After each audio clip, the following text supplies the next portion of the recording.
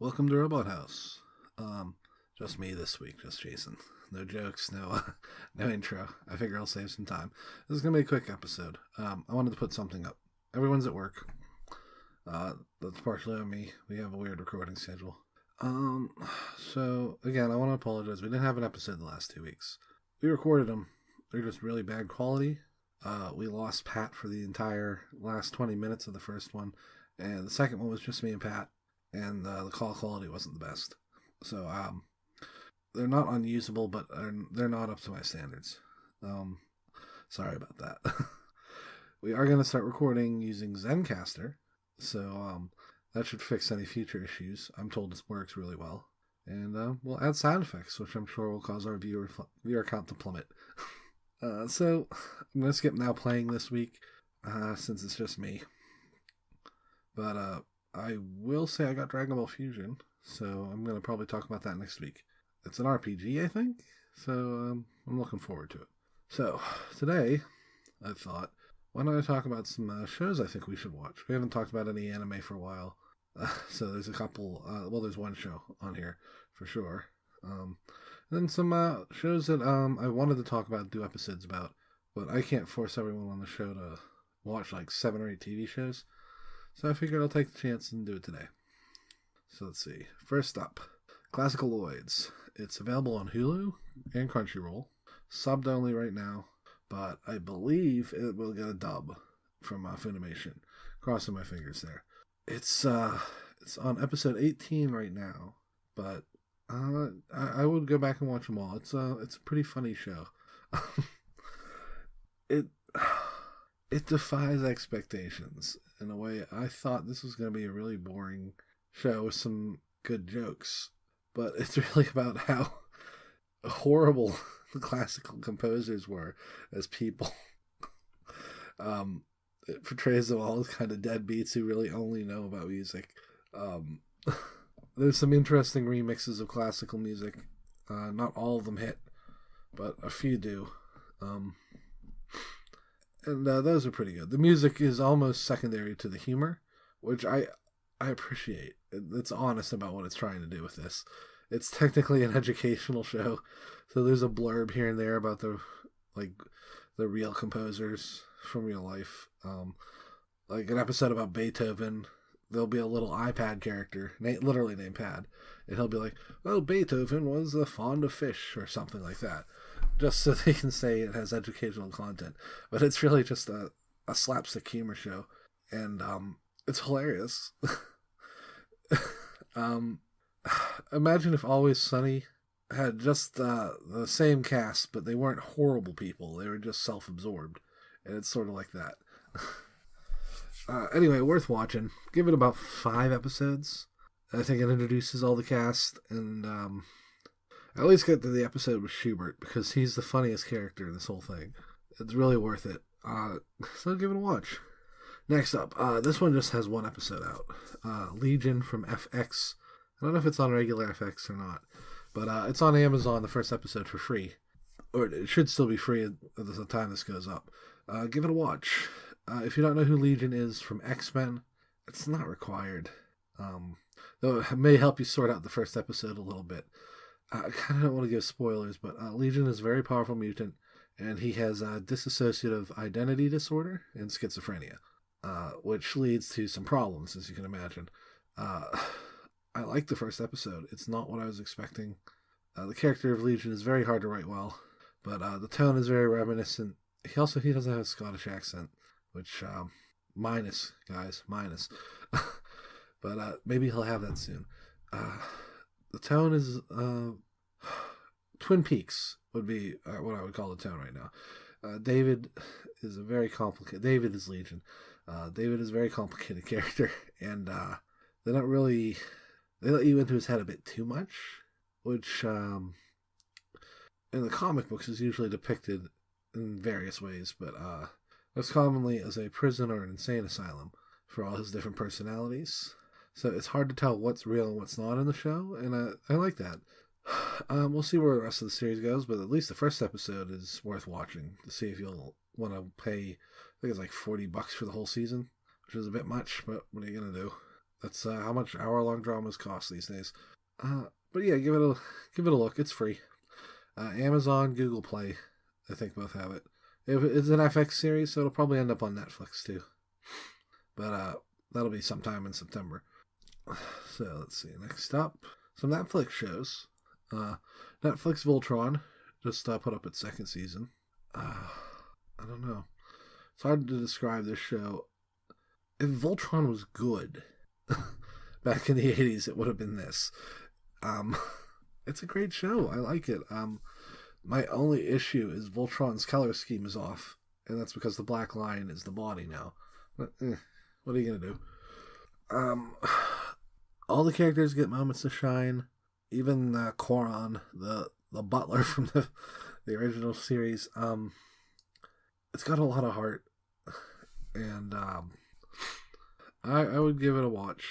The last fight, the fights in this are the weakest thing because it's using CGI to compensate, but the last fight is fantastic. And it's 24 episodes right now. I would catch up because I can't imagine the third season is going to give you much time to breathe. Mm-hmm. So that's that for Voltron. Let's see. Next up, Troll Hunters. Also on Netflix. Not Troll Hunter, which is a different movie entirely. Though people say that one's good too. I've never seen it.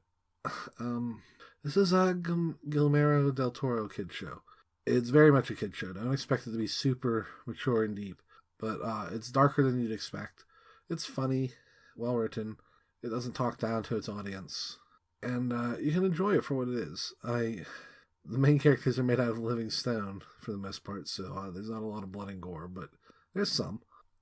I want to do a more in-depth show on this. I'm going to try to get Pat to watch it, and we might do a standalone, so I don't want to talk about it too much, but it's nice. Netflix is doing really well in kids programming. This is something I would show to like an 8-year-old. Maybe get them interested in fantasy books too. Del Toro really does, the designs are really Del Toro, you can tell. The humans are more generic, but that's DreamWorks. I don't blame them too much. The only thing that's wrong with the show, if I had to say there were any problems with it, is, sorry. It's very poorly paced. This could have been, it's 24 episodes, I believe. Might be 22, I'd have to double check. They could have cut some subplots, and there are a bunch of filler episodes, and this could easily have been a 13-episode first season. But other than that, it's fine. So, next up, The Good Place. This was a surprise. I don't generally like Kristen Bell. Well, the character she plays. I'm sure she's a fine person. I'm still kind of mad at her from Assassin's Creed. So when she got in this show where she's a quote-unquote bad person, I thought, oh, okay. Well, if that's the point and there's humor out of it, fine. Basically, the premise is she was a horrible person who accidentally got sent to heaven. And she causes all sort of chaos there.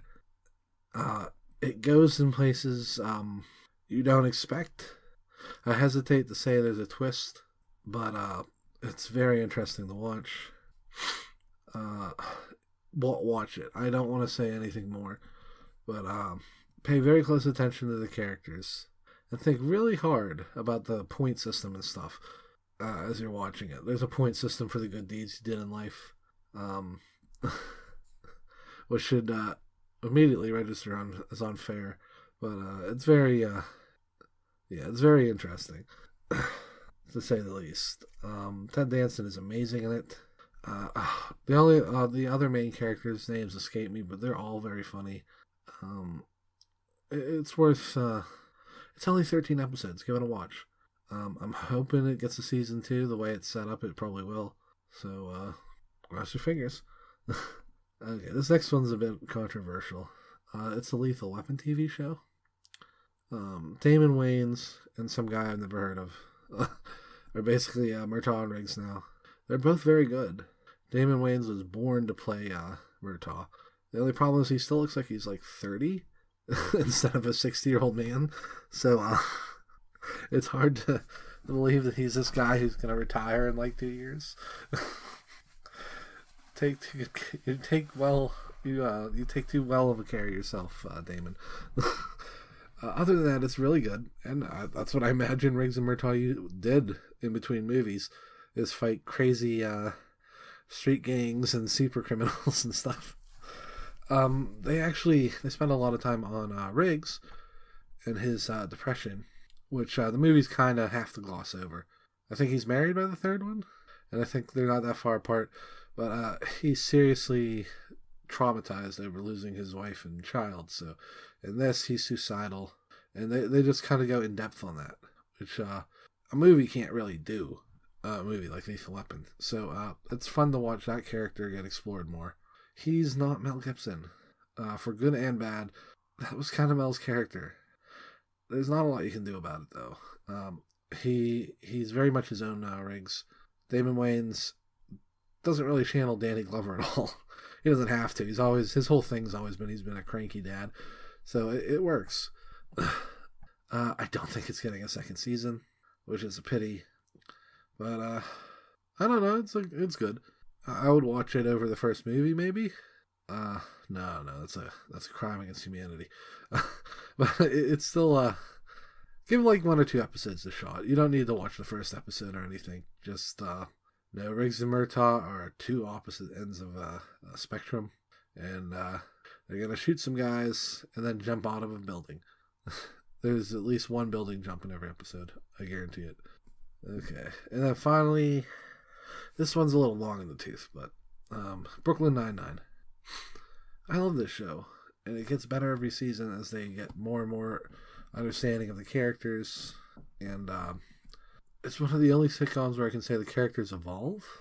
It's a rare thing.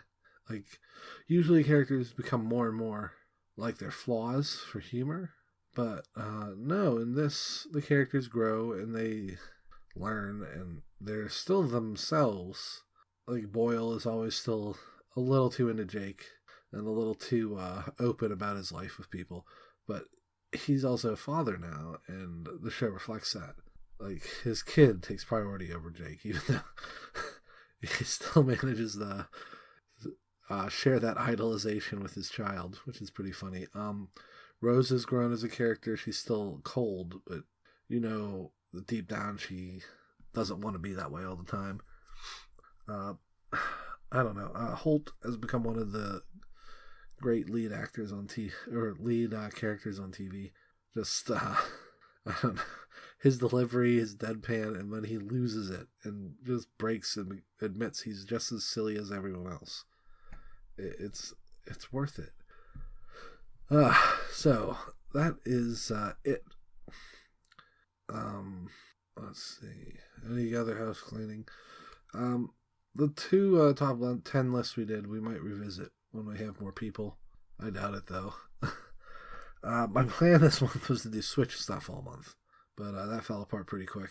When the Switch launches, I'm going to do some videos unboxing for sure, and then if I can figure out how, I'm going to try to do some Zelda stuff. I don't know if my capture card will even work with the Switch, but we'll see. So, that's all for this week. Like I said, sorry for the short episode. I needed to put something up, though. Let's see. Please like and subscribe if you enjoy our content.